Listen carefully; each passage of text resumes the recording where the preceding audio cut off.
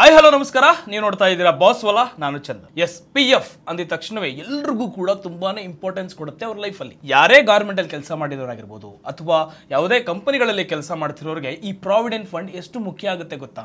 ಎಷ್ಟೋ ಗವರ್ಮೆಂಟ್ ಅಲ್ಲಿ ಕೆಲಸ ಮಾಡುವಂತ ಮಹಿಳೆಯರು ತನ್ನ ಮಗಳ ಮದುವೆಗೋ ಅಥವಾ ಮಗನ ಎಜುಕೇಶನ್ಗೋ ಅಥವಾ ಮಗಳ ಎಜುಕೇಶನ್ಗೆ ಅಂತ ಇವರು ಕೂಡ ಯಾವುದೇ ಕಾರಣಕ್ಕೂ ಅದನ್ನ ತೆಗಿಬಾರದು ಅಂತ ಡಿಸೈಡ್ ಮಾಡಿರ್ತಾರೆ. ಸೊ ಈ PF ಎಷ್ಟು ಇಂಪಾರ್ಟೆನ್ಸ್ ಕೊಡುತ್ತೆ, PF ಅಲ್ಲಿ ಎಷ್ಟೆಲ್ಲ ಇಂಟ್ರೆಸ್ಟ್ ಬೆನಿಫಿಟ್ಸ್ ಇದೆ. ಅಷ್ಟೇ ಅಲ್ಲ, ಈ PF ಅನ್ನ ವಿಡ್ರಾಲ್ ಮಾಡೋದು ಕೇವಲ 5 ನಿಮಿಷದ ಕೆಲಸ. ನಾನು ಈಸಿಯಾಗಿ ಸ್ಟೆಪ್ ಬೈ ಸ್ಟೆಪ್ ನಿಮಗೆ ತೋರಿಸ್ತಾ ಹೋಗ್ತೀನಿ. ಈ PF ಅನ್ನ ಕ್ಲೇಮ್ ಮಾಡೋದು ಹೇಗೆ, ನಮ್ಮ PF ಅನ್ನ ನಾವೇ ಖುದ್ದಾಗಿ ಕುತ್ಕೊಂಡು ಆನ್ಲೈನ್ ಅಲ್ಲಿ ನಿಮ್ಮ ಒಂದು PF ಅನ್ನ ಹೇಗೆ ವಿಡ್ರಾಲ್ ಮಾಡೋದು ಅನ್ನೋದನ್ನ ಈ ವಿಡಿಯೋಗೆ ಡೀಟೇಲ್ಡ್ ಆಗಿ ತೋರಿಸ್ಕೊಡ್ತೀನಿ ಕೇವಲ 5 ನಿಮಿಷದಲ್ಲಿ. ಈ ವಿಡಿಯೋನ ಮಿಸ್ ಮಾಡದೆ, ಎಲ್ಲೂ ಸ್ಕಿಪ್ ಮಾಡದೆ ಒಂದೊಂದು ಸ್ಟೆಪ್ ನೋಡ್ಕೊಳ್ಳಿ. ಮೊದಲನೇದಾಗಿ ನೀವು ನೋಟ್ ಮಾಡ್ಕೋಬೇಕಾಗಿರೋದು, ನಿಮ್ಮ ಒಂದು PF ಅನ್ನ ವಿಡ್ರಾ ಮಾಡೋದಕ್ಕೆ ಮುಂಚೆ UAN ಅಂದ್ರೆ ಯೂನಿವರ್ಸಲ್ ಅಕೌಂಟ್ ನಂಬರ್ ಅಂತ ಒಂದು ಪೇ ಸ್ಲಿಪ್ ಅಲ್ಲಿ ಕೊಟ್ಟಿರ್ತಾರೆ. ದಯವಿಟ್ಟು ಅದನ್ನು ಒಂದು ಕಡೆ ಬರ್ಕೊಳ್ಳಿ. ಅದು ಆಕ್ಟಿವ್ ಆಗಿಲ್ಲ ಅಂದ್ರೆ ಅದನ್ನ ಎಲ್ಲಿ ಆಕ್ಟಿವ್ ಮಾಡಬೇಕು ಅನ್ನೋದು ಕೂಡ ನಾನು ಈ ವಿಡಿಯೋದಲ್ಲಿ ತೋರಿಸ್ಕೊಡ್ತೀನಿ. ನಿಮ್ಮ ಒಂದು UAN ನಂಬರು, ಆ ಒಂದು ಪಾಸ್ವರ್ಡ್ ಇರಬೇಕು. ಹಾಗೆ ನಿಮ್ಮ KYC ಅಪ್ಡೇಟ್ ಅನ್ನ ನಿಮ್ಮ ಎಂಪ್ಲಾಯರ್ ಮಾಡಿರಬೇಕು. ನಿಮ್ಮ ಎಂಪ್ಲಾಯರ್ ಅಂದ್ರೆ ನಿಮ್ಮ ಕಂಪನಿಯವರು ಏನಾದರೂ ಅಪ್ಡೇಟ್ ಮಾಡಿದ್ರೆ, ನೀವು ಕೊಟ್ಟಿದ್ರೆ ಅಂದ್ರೆ ಆಧಾರ್ ಕಾರ್ಡ್ ಆಗಿರ್ಬೋದು ಅಥವಾ ಬ್ಯಾಂಕ್ ಅಕೌಂಟ್ ಕೊಟ್ಟಿದ್ರೆ, ನಿಮ್ಮ ಬ್ಯಾಂಕ್ ಅಕೌಂಟ್ ನಂಬರ್ ಅನ್ನು ಎತ್ತಿಟ್ಕೊಳ್ಳಿ. ನಾನು ಹೇಳಿರುವಂತ 3 point: universal account number, bank account, ಹಾಗೆ ನಿಮ್ಮ ಯೂನಿವರ್ಸಲ್ ಅಕೌಂಟ್ ನಂಬರ್ ಅಂದ್ರೆ UAN ನಂಬರ್ನ ಪಾಸ್ವರ್ಡ್. ಇವಿಷ್ಟು ಇದ್ರೆ ನೀವು ಕೇವಲ 5 ನಿಮಿಷದಲ್ಲಿ ನಿಮ್ಮ ಒಂದು PF ಅನ್ನ ವಿಡ್ರಾಲ್ ಮಾಡ್ಕೋಬಹುದು. ಹಾಗಿದ್ರೆ ಹೋಗೋಣ, ತಡ ಯಾಕೆ? PF ನ ಹೇಗೆ ವಿಡ್ರಾಲ್ ಮಾಡಬೇಕು, PF ನಂಬರ್ ನಮ್ಗೆ ಎಲ್ಲಿ ಸಿಗುತ್ತೆ ಅಂತ ಕೇಳಿದ್ರೆ, ನಿಮ್ಮ ಪೇ ಸ್ಲಿಪ್ನಲ್ಲಿ UAN ನಂಬರ್ ಅಂದ್ಬಿಟ್ಟು 12 ಡಿಜಿಟ್ ಇರುತ್ತೆ. 12 ಡಿಜಿಟ್. ಆ 12 ಡಿಜಿಟ್ ಇಟ್ಕೊಂಡು ನೀವು ಫಸ್ಟ್ ಆಕ್ಟಿವ್ ಆಗಿಲ್ಲ ಅಂದ್ರೆ ನೀವು ಆಕ್ಟಿವ್ ಅನ್ನ ಮಾಡ್ಕೋಬೇಕಾಗುತ್ತೆ. ಆಕ್ಟಿವ್ ಇರೋರು ಈ ವಿಡಿಯೋನ ಡೀಟೇಲ್ಡ್ ಆಗಿ ನಾನು ತೋರಿಸ್ಕೊಡ್ತೀನಿ. ಈಗ ಮೊದಲನೇದಾಗೆ ನಿಮ್ಮ ಹತ್ರ ಮೊಬೈಲ್ ಇದ್ರೆ ಅಥವಾ ನಿಮ್ಮ ಹತ್ರ ಲ್ಯಾಪ್ಟಾಪ್ ಇದ್ರೆ ಗೂಗಲ್ ಕ್ರೋಮ್ ಅನ್ನೋದು ಇದ್ದೇ ಇರುತ್ತೆ, ಅದು ಎಲ್ರಿಗೂ ಗೊತ್ತಿದೆ. ಸೊ ನೀವು ಗೂಗಲ್ ಕ್ರೋಮ್ ಅಲ್ಲಿ ನಾನು ಇಲ್ಲಿ ಟೈಪ್ ಮಾಡ್ತಾ ತೋರಿಸ್ತಾ ಹೋಗ್ತೀನಿ. PF ಲಾಗಿನ್ ಅಂತ ನೀವು ಟೈಪ್ ಮಾಡಿದ್ರೆ ಇಲ್ಲಿ ನಿಮಗೆ 2ನೇ ಆಪ್ಷನ್ ಕಾಣಿಸುತ್ತೆ. ನಾನು ಇಲ್ಲಿ ಮೌಸಲ್ಲಿ ತೋರಿಸ್ತಾ ಇರ್ತೀನಿ. ಈ ಒಂದು ಆಪ್ಷನ್ ನೀವು ಕ್ಲಿಕ್ ಮಾಡಿದ್ರೆ ನಿಮಗೆ ಇಲ್ಲಿ ಒಂದು PF ನ ಅಫಿಷಿಯಲ್ ಪೇಜ್ ಓಪನ್ ಆಗುತ್ತೆ.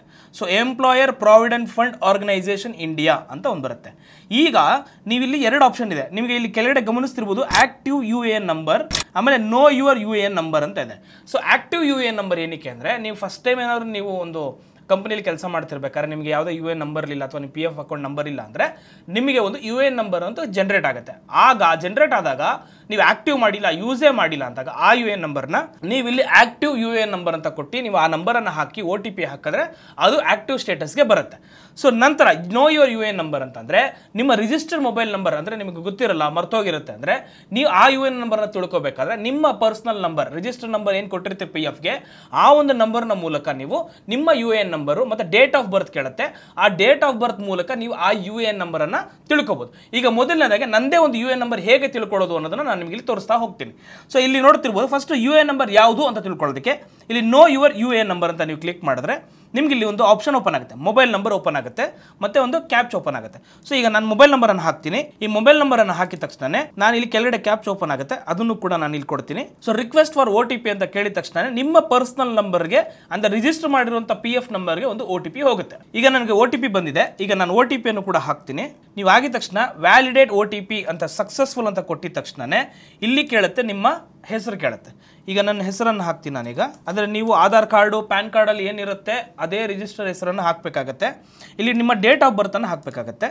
ನಾನು ನನ್ನ ಡೇಟ್ ಆಫ್ ಬರ್ತ್ ಅನ್ನು ಕೂಡ ನಾನು ಇಲ್ಲಿ ಹಾಕ್ತೀನಿ. ಇದು ನಿಮ್ಮ UAN ನಂಬರ್ ಏನು ಅಂತ ತಿಳ್ಕೊಳ್ಳೋದಕ್ಕೆ, ಸೊ ಮರ್ತಿರೋರು ಅಥವಾ ಗೊತ್ತಿಲ್ಲದಿರೋರು ತಿಳ್ಕೊಳ್ಳೋದಕ್ಕೆ ಇದು ಬೆಸ್ಟ್ ವಿಡಿಯೋ ಆಗುತ್ತೆ ಅಂತ ಹೇಳ್ಬೋದು. ಸೊ ನಿಮ್ಮ ಆಧಾರ್ ಕಾರ್ಡ್ ನಂಬರ್ ಅನ್ನು ಕೊಡಬೇಕಾಗುತ್ತೆ. ಸೊ ಇದೆಲ್ಲ ಕೊಟ್ಟಾದ ನಂತರ ಮತ್ತೆ ಕೆಳಗಡೆ ಒಂದು ಕ್ಯಾಪ್ಚ್ ಕೊಟ್ಟಿರ್ತಾರೆ, ಅದನ್ನ ನೀವು ಹಾಕಿದ ನಂತರ ನಿಮಗೆ ಶೋ ಮೈ UAN ನಂಬರ್ ಅಂತ ಕೊಟ್ಟರೆ ನಿಮ್ಮ ಡೀಟೇಲ್ಸ್ ಎಲ್ಲ ಕರೆಕ್ಟ್ ಆಗಿದೆ. ನೋಡಿ, ನನಗೆ ಇಲ್ಲಿ ನನ್ನ ಒಂದು UAN ನಂಬರ್ ಅನ್ನು ತೋರಿಸ್ತು. ಸೊ ಇಷ್ಟೇ ಸಿಂಪಲ್. ನಿಮ್ಮ UAN ನಂಬರ್ ಅನ್ನು ತಿಳ್ಕೊಬೇಕಾಗಿರೋದು, ನೀವು ಮಾಡಬೇಕಾಗಿರೋದು ಇಷ್ಟೇನೆ, ನೋ ಯುವರ್ UAN ನಂಬರ್ ಅಂತ ತೋರಿಸ್ತು. ಅದನ್ನ ಕ್ಲಿಕ್ ಮಾಡಿದ್ರೆ ನೀವು ಫೋನ್ ನಂಬರ್ ಅನ್ನ ಕೊಡ್ತೀರಿ, OTP ಕೊಡ್ತೀರಿ. ನೆಕ್ಸ್ಟ್ ನಿಮ್ಮ ಹೆಸರು, date of birth, Aadhaar card number ಅನ್ನು ಕೊಟ್ರೆ ನೀವು ಅಲ್ಲಿ ಕ್ಯಾಪ್ಚ್ ಅಂತ ಫಿಲ್ ಮಾಡಿದ್ರೆ ನೆಕ್ಸ್ಟ್ ನಿಮಗೆ ತೋರಿಸೋದೆ ಒಂದು ನಿಮ್ಮ UAN ನಂಬರ್. ಸೊ ಈಗ ನಿಮಗೆ UAN ನಂಬರ್ ಗೊತ್ತಾಗಿ ಹೋಯ್ತು ಅಲ್ವಾ? ಈಗ ಅಕಸ್ಮಾತ್ ಈ UAN ನಂಬರ್ ಇಟ್ಕೊಂಡು ನಾನು ಹೇಗೆ ಸರ್ ಅದನ್ನ ನಾನು ವಿಡ್ರಾ ಮಾಡ್ಕೋಬಹುದು ಅಂತ ಕೇಳಿದ್ರೆ, ಈಗ ನೋಡಿ, ಈಗ ನೆಕ್ಸ್ಟ್ ಸ್ಟೆಪ್ ತೋರಿಸಿ. ಈಗ ನನ್ನ UAN ನಂಬರ್ ಗೊತ್ತಾಯ್ತಲ್ಲ, ಸೊ ಅದನ್ನ ನಾನು ಸಪರೇಟ್ ಆಗಿ ಇಟ್ಕೊಳ್ತೀನಿ. ಈಗ ನಮ್ಮ UAN ನಂಬರ್ ಗೊತ್ತಾದ್ಮೇಲೆ ಈಗ ನಾವು ಮೇನ್ ಪೇಜ್, ಲಾಗಿನ್ ಪೇಜ್ ಬರ್ತೀವಿ. ಈಗ ಆಲ್ರೆಡಿ ನನ್ನ UAN ನಂಬರ್, ನನ್ನ ಪಾಸ್ವರ್ಡ್ ಅನ್ನ ಈಗ ನಾನು ಹಾಕಿದ್ದೀನಿ. ಪಾಸ್ವರ್ಡ್ ಅನ್ನು ಹಾಕಿ ಸೈನ್ ಇನ್ ಕೊಟ್ರೆ ನನ್ನ ಒಂದು ಪೇಜ್ ಈ ಥರ ಓಪನ್ ಆಗುತ್ತೆ. ಈಗ ನನಗೆ ಒಂದು OTP ಹೋಗಿರುತ್ತೆ, ನನ್ನ ರಿಜಿಸ್ಟರ್ ನಂಬರ್ಗೆ ಒಂದು OTP ಹೋಗುತ್ತೆ. ಈಗ ನನ್ನ OTP ನ ಟೈಪ್ ಮಾಡ್ತೀನಿ. ಸೊ ನನ್ನ OTP ಓಪನ್ ಆಗಿದ ತಕ್ಷಣ ನನ್ನ ಕಂಪ್ಲೀಟ್ ಓಪನ್ ಪೇಜ್ ಆಗುತ್ತೆ. ಇಲ್ಲಿ ನೋಡ್ತಿರ್ಬೋದು ನನ್ನ ಹೆಸರು, ನನ್ನ UAN ನಂಬರು, ನನ್ನ ಡೇಟ್ ಆಫ್ ಬರ್ತು ಇಲ್ಲಿ ನೀವು ಗಮನಿಸ್ತಾ ಇದ್ದೀರಾ. ಸೊ ಈಗ ಮುಖ್ಯವಾಗಿ ನೀವು ಗಮನಿಸಬೇಕಾಗಿರೋ ವಿಷಯ ಏನಂದರೆ ಇಲ್ಲಿ KYC ಅಂತ ಒಂದು ಆಪ್ಷನ್ ಇದೆ. ಇದು ಏನಕ್ಕೆ ಅಂತಂದರೆ ನಿಮ್ಮ ಒಂದು any update KYC update Aadhaar card ಆಗಿರ್ಬೋದು, ಪ್ಯಾನ್ ಕಾರ್ಡ್ ಆಗಿರ್ಬೋದು, ಅಥವಾ ಬ್ಯಾಂಕ್ ಡೀಟೇಲ್ಸ್ ನೀವೇನಾದ್ರು ಅಪ್ಡೇಟ್ ಮಾಡಬೇಕು ಅಂದರೆ ಎಲ್ಲವೂ ಕೂಡ ಈ KYC ಮೂಲಕ ನೀವು ಮಾಡಿದ್ರೆ ಎಂಪ್ಲಾಯರ್ ನಿಮಗೆ ಅದನ್ನು ಅಪ್ರೂವ್ ಮಾಡ್ತಾ ಹೋಗ್ತಾರೆ. ಎಂಪ್ಲಾಯರ್ ಅಂದರೆ ನೀವು ಕಂಪನಿಲಿ ಕೆಲಸ ಮಾಡ್ತಿರ್ಬೇಕಾದ್ರೆ ಅವ್ರಿಗೊಂದು ನೋಟಿಫಿಕೇಶನ್ ಹೋಗುತ್ತೆ, ನೀವು ಇಲ್ಲಿ ಏನೇ ಅಪ್ಡೇಟ್ ಮಾಡಿದ್ರು ಅವ್ರಿಗೆ ನೀವು ಹೋಗಿ ಒಂದ್ಸಲ ಗಮನಕ್ಕೆ ತಂದರೆ ಅಥವಾ ಒಂದು ಮೇಲ್ ಮಾಡಿದ್ರೆ ಅಥವಾ ಅವರು ಹೇಳಿದ್ರೆ ಅವರಲ್ಲಿಂದ ಅಪ್ರೂವ್ ಮಾಡ್ತಾರೆ. ಸೊ ಒಂದು ಸಲ ನೋಡ್ಬೋಣ KYCನ ಏನೇನು ಇರುತ್ತೆ ಅಲ್ಲಿ ಅಂತ. ಸೊ ನೀವು ಇಲ್ಲಿ ಗಮನಿಸೋದಾಯ್ತು ಅಂದರೆ ಈ KYC ಪೇಜಲ್ಲಿ ನೋಡಿ, ಇಲ್ಲಿ ಬ್ಯಾಂಕ್ ಅಂತ ಇದೆ, ಪ್ಯಾನ್ ಅಂತ ಇದೆ, ಪಾಸ್ಪೋರ್ಟ್ ಅಂತ ಇದೆ. ಸೊ ಈಗ ಬ್ಯಾಂಕನ್ನು ಅಪ್ಡೇಟ್ ಮಾಡಬೇಕಾದ್ರೆ ಬ್ಯಾಂಕ್ ಕ್ಲಿಕ್ ಮಾಡಿದ್ರೆ ಬ್ಯಾಂಕ್ ಆಪ್ಷನ್ ನಿಮಗೆ ಇಲ್ಲಿ ಓಪನ್ ಆಗುತ್ತೆ. ಈ ರೀತಿ ಪ್ಯಾನ್ ಕಾರ್ಡ್ ಅಪ್ಡೇಟ್ ಮಾಡಬೇಕಾದ್ರೆ ಪ್ಯಾನ್ ಕಾರ್ಡ್ ಡೀಟೇಲ್ಸ್ ಕೂಡ ನೀವು ಇಲ್ಲಿ ಅಪ್ಡೇಟನ್ನು ಮಾಡ್ಬೋದು. ಅಥವಾ ಪಾಸ್ಪೋರ್ಟ್ ಏನೋ ನಿಮ್ಮ ಹತ್ರ ಇದೆ ಅಂದರೆ ನೀವು ಅದನ್ನು ಕೂಡ ಇಲ್ಲಿ ಅಪ್ಡೇಟನ್ನು ಮಾಡ್ಬೋದು. ಸೊ ಈಗ ನೀವು ಅಪ್ಡೇಟ್ ಮಾಡಿರುವಂಥ ನಮ್ಮ ಡೀಟೇಲ್ಸ್ ಇಲ್ಲಿ ಕಾಣಿಸ್ತಿರುತ್ತೆ, ನೀವು ಗಮನಿಸ್ತಿರ್ಬೋದು. ಇಲ್ಲಿ ನನ್ನ ಹೆಸರು, ನನ್ನ ಆಧಾರ್ ಕಾರ್ಡು ಇವೆಲ್ಲೂ ಕೂಡ ನೀವು ಈಗ ಆಲ್ರೆಡಿ ಅಪ್ರೂವ್ಡ್ ಆಗಿದೆ. ಈಗ ಸುಮ್ಮನೆ ನಾನು ಒಂದು ಎಕ್ಸಾಂಪಲ್ ಬ್ಯಾಂಕನ್ನು ಆ್ಯಡ್ ಮಾಡಿದ್ದೀನಿ, ನೀವು ಇಲ್ಲಿ ಕೆಳಗಡೆ ಗಮನಿಸ್ಬೋದು, ಇಲ್ಲಿ ಚಂದನ್ ಕುಮಾರ್ ಅಂತ. ಇಲ್ಲಿ ನಾನೀಗ ಪ್ಯಾನ್ ಕಾರ್ಡನ್ನು ಅಪ್ಡೇಟ್ ಮಾಡಿದ್ದೀನಿ. ಸೊ ನಾನೀಗ ವೆರಿಫಿಕೇಶನ್ ಅಂಡರ್ ಪ್ರೊಸೆಸ್ ಅಂತ ಇದೆ.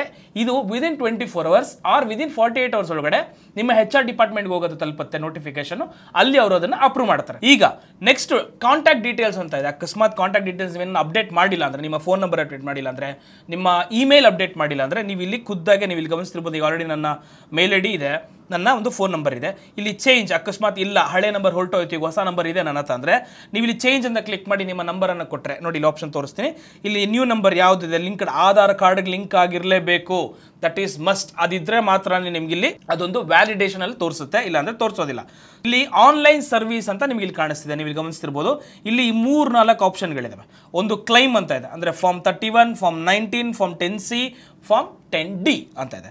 ಸೊ ಅದು ಹೇಳ್ತೀನಿ ಏನು ಅಂತ. ನೆಕ್ಸ್ಟ್ ಇರೋದೇ ಟ್ರ್ಯಾಕ್ ಕ್ಲೈಮ್ ಸ್ಟೇಟಸ್ ಅಂತ ಇದೆ, ಅಂದರೆ ನೀವು ಒಂದ್ಸಲ ಕ್ಲೈಮ್ ಮಾಡಿದ ಮೇಲೆ ಆ ಒಂದು ಸ್ಟೇಟಸ್ ಅನ್ನು ನೀವು ಇಲ್ಲಿ ಚೆಕ್ ಮಾಡ್ಕೋಬೋದು. ನೀವು ಇಲ್ಲಿ ಗಮನಿಸ್ತಾ ಇದ್ದೀರಿ ಕ್ಲೈಮ್ ಅಂತ ತೋರಿಸ್ತಾ ಕೆಲವೊಂದಷ್ಟು ಫಾರ್ಮ್ಸ್ಗಳನ್ನು ತೋರಿಸ್ತಾರೆ.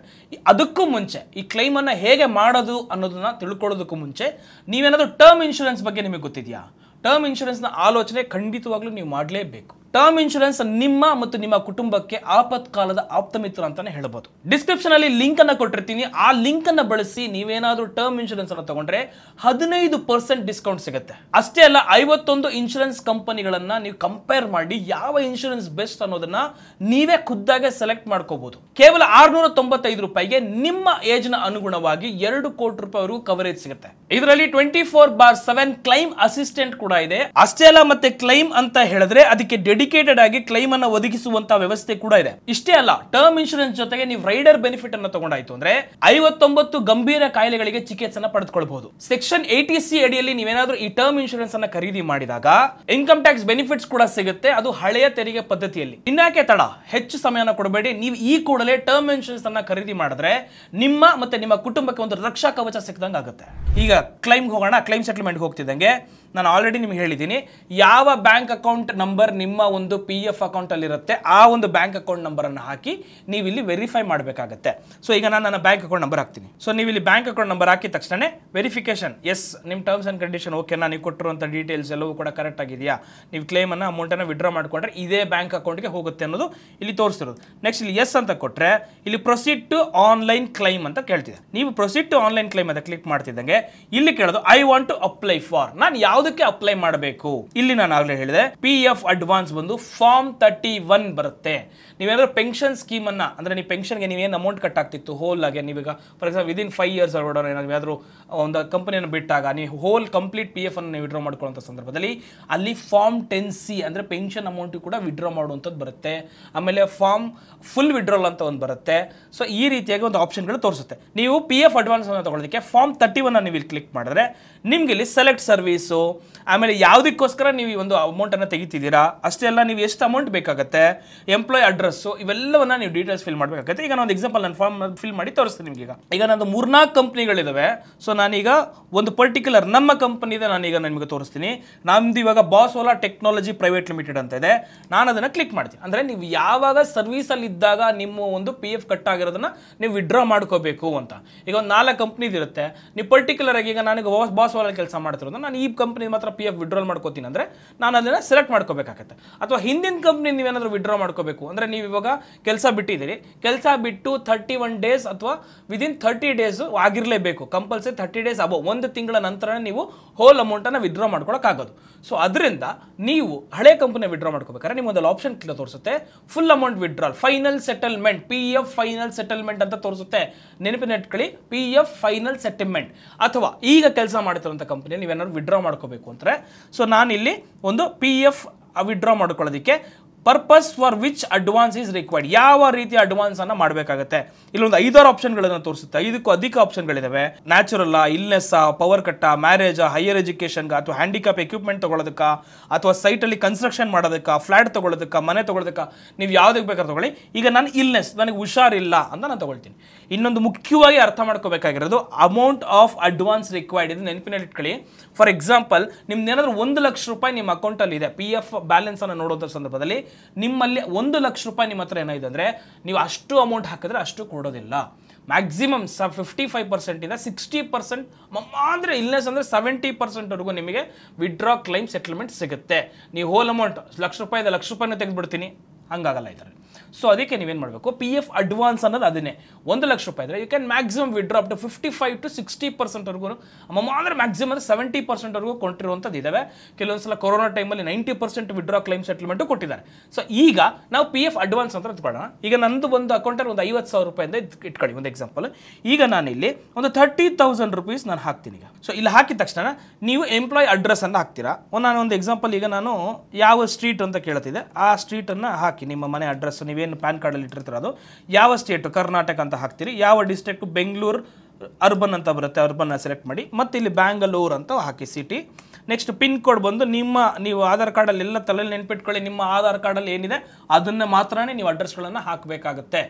ಸೊ ಇದನ್ನೆಲ್ಲ ಹಾಕಿದ ನಂತರ ನೀವಿಲ್ಲಿ ಟಿಕ್ ಮಾರ್ಕ್ ಮಾಡಿ ಗೆಟ್ ಆಧಾರ್ OTP ಅಂತ ಕೊಟ್ಟು ನಿಮ್ಮ ಒಂದು OTPಯನ್ನು ಹಾಕಿ ಸಬ್ಮಿಟ್ ಮಾಡಿದ್ರೆ ಇಲ್ಲಿಗೆ ಮುಗೀತು ನಿಮ್ಮ ಕೆಲಸ. ಈಗ ನಾನು ಅಡ್ವಾನ್ಸ್ ಏನೋ ಕೇಳ್ಬಿಟ್ಟಿದ್ದೀನಿ, ನನ್ನ ಟ್ರ್ಯಾಕ್ ಯಾವಾಗ ಸೆಟಲ್ಮೆಂಟ್ ಆಗ್ತಿದೆ ಅಥವಾ ಅಂಡರ್ ಪ್ರೊಸೆಸ್ ಅಲ್ಲಿ ಇದೆ ಅಂತ ಹೇಗೆ ನೋಡ್ಕೊಳ್ಳೋದಂದ್ರೆ, ನೀವು ಇಲ್ಲಿ ಒಂದು ಆಪ್ಷನ್ ಅದೇ ಆನ್ಲೈನ್ ಸರ್ವಿಸ್ ಅಂತ ಏನು ಆಪ್ಷನ್ ನೋಡಿದ್ರೆ ಟ್ರ್ಯಾಕ್ ಕ್ಲೈಮ್ ಸ್ಟೇಟಸ್ ಅಂತ ಇದೆ, ನೀವು ಇಲ್ಲಿ ಕ್ಲಿಕ್ ಮಾಡಿದ್ರೆ ಸರಿ ನಾನು ಇಲ್ಲಿ ಅಡ್ವಾನ್ಸ್ಗಳನ್ನು ತೊಗೊಂಡಿದ್ದೀನಿ, ಕೆಲವೊಂದ್ಸಲ ಎಲಿಜಿಬಿಲಿಟಿ ಇಲ್ಲ ನೋಡಿ ಸರ್, ಈಗ ನಾನು ಡೀಟೇಲ್ಸನ್ನು ಕೊಟ್ಟಿಲ್ಲ ಅಂದರೆ ನೋಡಿ ಕ್ಲೈಮ್ ರಿಜೆಕ್ಟ್ ಅಂತ ಬರುತ್ತೆ.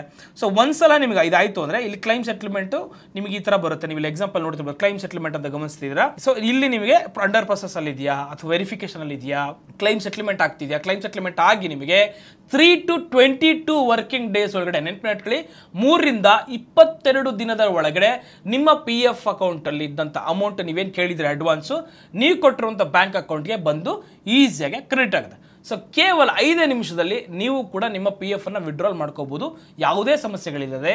ಆಲ್ರೆಡಿ ನಾನು ಹೇಳಿರೋ universal account number UAN number ಇರಬೇಕಾಗುತ್ತೆ, ನಿಮ್ಮ ಒಂದು ಹೆಸರು ಆಧಾರ್ ಕಾರ್ಡಲ್ಲಿ ಏನಿದೆ ಸೇಮ್ ಇರಬೇಕಾಗುತ್ತೆ, ರಿಜಿಸ್ಟರ್ ಮೊಬೈಲ್ ನಂಬರ್ ಇರಬೇಕಾಗುತ್ತೆ, ಮುಖ್ಯವಾಗಿ ನೀವು ಕೊಟ್ಟಿರುವಂಥ ಬ್ಯಾಂಕ್ ಅಕೌಂಟು ನಂಬರು ನಿಮ್ಮ ಹತ್ರ ಇರಬೇಕಾಗತ್ತೆ.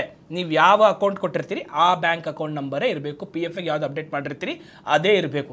ಇನ್ ಕೇಸ್ ಆ ಬ್ಯಾಂಕ್ ಅಕೌಂಟ್ ಇಲ್ಲ ಅಂದರೆ ನಾನೀಗ ತೋರಿಸಿರೋ ಪ್ರಕಾರ ಬ್ಯಾಂಕ್ ಅಕೌಂಟನ್ನು ಆ್ಯಡ್ ಮಾಡಿದ್ರೆ ನೀವು ಕೂಡ ನಿಮ್ಮ ಒಂದು PF ಅನ್ನು ವಿಡ್ರಾಲ್ ಈಸಿಯಾಗಿ ಮಾಡ್ಬೋದು. ನೋಡಿದ್ರಲ್ಲ ಯಾವ ರೀತಿಯಾಗಿ ಈಸಿಯಾಗಿ PF ಅನ್ನು ವಿಡ್ರಾಲ್ ಮಾಡ್ಬೋದು ಅನ್ನೋದ್ರ ಬಗ್ಗೆ ನೀವು ಈಸಿಯಾಗಿ ಈ ವಿಡಿಯೋದಲ್ಲಿ ತಿಳ್ಕೊಂಡ್ರಲ್ವಾ. ಸೊ ಇದೇ ರೀತಿಯಾಗಿ ಮತ್ತಷ್ಟು ವಿಡಿಯೋನ ಮಾಡ್ತಾ ಇರ್ತೀನಿ. This is Chandan, boss wala, signing of.